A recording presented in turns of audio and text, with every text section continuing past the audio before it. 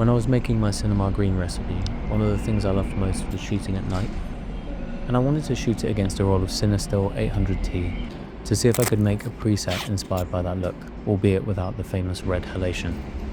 So I went to Soho in Chinatown around Lunar New Year, and I shot some neon signs.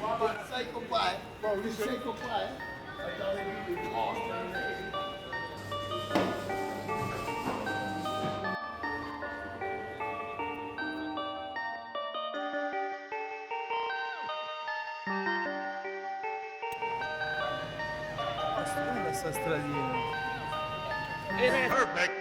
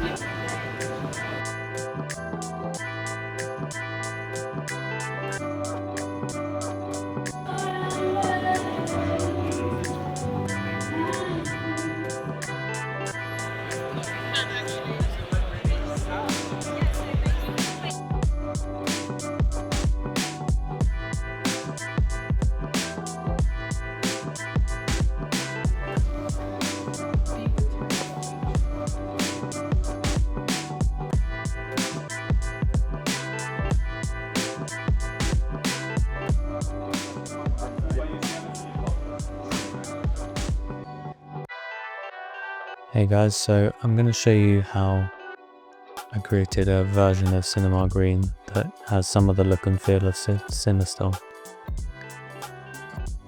I'll just reset them to show you what I've done, so I'm going to use guidelines to make sure I've got the same perspective. You can do this automatically, but sometimes you might just want to level it, so I want to get a sense of that building kind of looming up in front of me.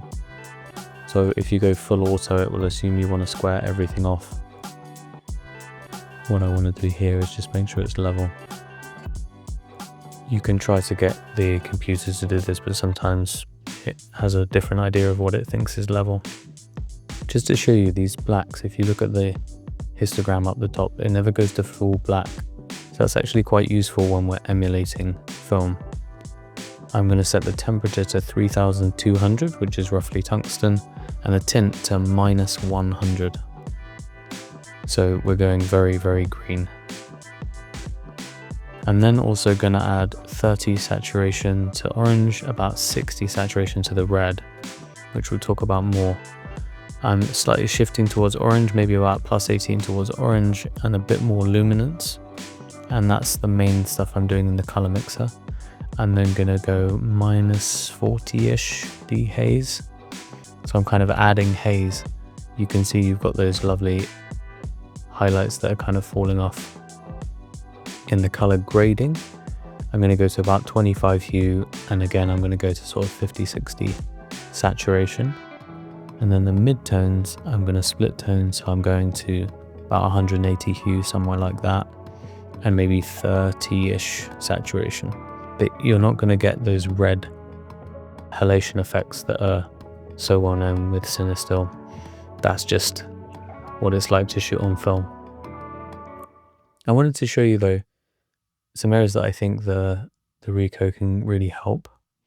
So I shot this scene because I really like the dragon, and you can kind of pull it back in the highlights. You get a great sense of bloom, but you can still see this neon dragon in the background. It's completely blown out when it comes to the CineStill. So this is an example where I think shooting digitally has really helped, even if I'm trying to get a similar look. Pull the blacks down. It's not going to go to true black, so I'm not too worried about being heavy on the black slider. I'll show you another example where I think the neon lights, you could argue there's a bit more atmosphere in the CineStill. But if you want to be able to read this barbecue sign, you can kind of read it on the CineStill. The karaoke sign is kind of blown out, so I might pull back to sort of, just minus 15, minus 18. Try and get some of that. The bokeh, you've got to be honest, it looks really cool on the CineStill. I think it looks nicer. But that's the kind of trade-off between shooting film and digital. If you stick around till the end, then I'll show you how you might be able to get some of that same look. But that was what I was kind of thinking about when I was taking shots like these. Get some really nice defined neon signs. I think if you want them to look super sharp, this is just the blurred out background. But you're getting really nice bright reds as well, even though we've shifted the color balance so green. Somehow the CineStill seems to use those colors and still have a really red, really bright greens. It's really sort of saturated and poppy kind of candy colors. I tried with this one to recreate it with positive film because I felt that was a bit more color correct. So I'm doing a bit of the same kind of color grading, but not using cinema green as the camera matching profile as the base. And I do think it gets closer. You do get some more saturated colors than you would get from cinema green. I think if what you really want is kind of poppy colors, really bright carnival colors, you might want to try using positive film instead. I think it works pretty well, but you're not quite getting the same color, and certainly not getting that red halation effect, which is obviously well known on CineStill.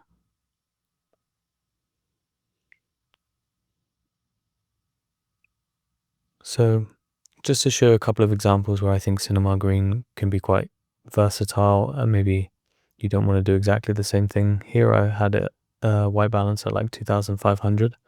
I want it to look quite cold and white. I didn't want it to have a strong color cast. I kind of like the ambiguity of it. Cinema green seems to have a minus 10, minus 12 in the raw files. We don't have a true black. Here in this one, I set the tint to minus 50 instead of minus 100. I think it's a bit nicer. You've got kind of white and black beams. So I took away some saturation as well, minus 10, minus 20 saturation. It just didn't seem warranted here. And it started to distract from what I felt was a really cool architectural style. It starts to just look like a color cast. This Moulin Rouge shot, this is, I guess, my prime example from my night out shooting of where CineStill just really thrives. You've got these amazing theater lights, this cool red bloom around the lights, and that's going to be really hard to emulate, in all honesty, digitally. There are like 2 or 3 things that I would potentially recommend.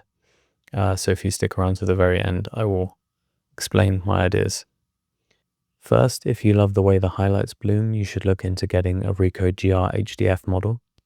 Instead of the built-in ND or neutral density filter which cuts 2 stops of light so you can slow the shutter speed in bright conditions, you can buy one that has a highlight diffusion filter. It gives that dreamy glow to the highlights. If you already have a Ricoh and you want this effect, what you can do is buy a filter adapter for about £39 in the UK. So that would be the Ricoh GA3 for the GR4 models. And that has a 49mm thread. So you can buy a black mist filter. The classic one people often recommend is the Tiffin Pro Mist. The one that I've used in the past, which I would recommend, is the Earth 49mm ethereal black mist. The equivalent of the GR HDF model is probably a quarter diffusion, a 1/4 filter. I think 1/8 is a little bit more subtle, but you might not want subtle. You might want it to be really bloomy and to be kind of a big part of the subject of your photo. So if you want it closer to what the GR does, it's probably more like a quarter. What you won't get with either of those options is the red halation effect. Now, if you really want to recreate that digitally, you can actually do it fairly well with what's called a Gaussian blur in Photoshop. It's an extra layer that you add to a TIFF image, and then you blur out the lightest parts of the image using a mask, and then you color the mask bright red. So it is possible. There are a few videos, I'll link one to how you might want to do that. But honestly, if you want your photos to look exactly like CineStill, you should probably just shoot film.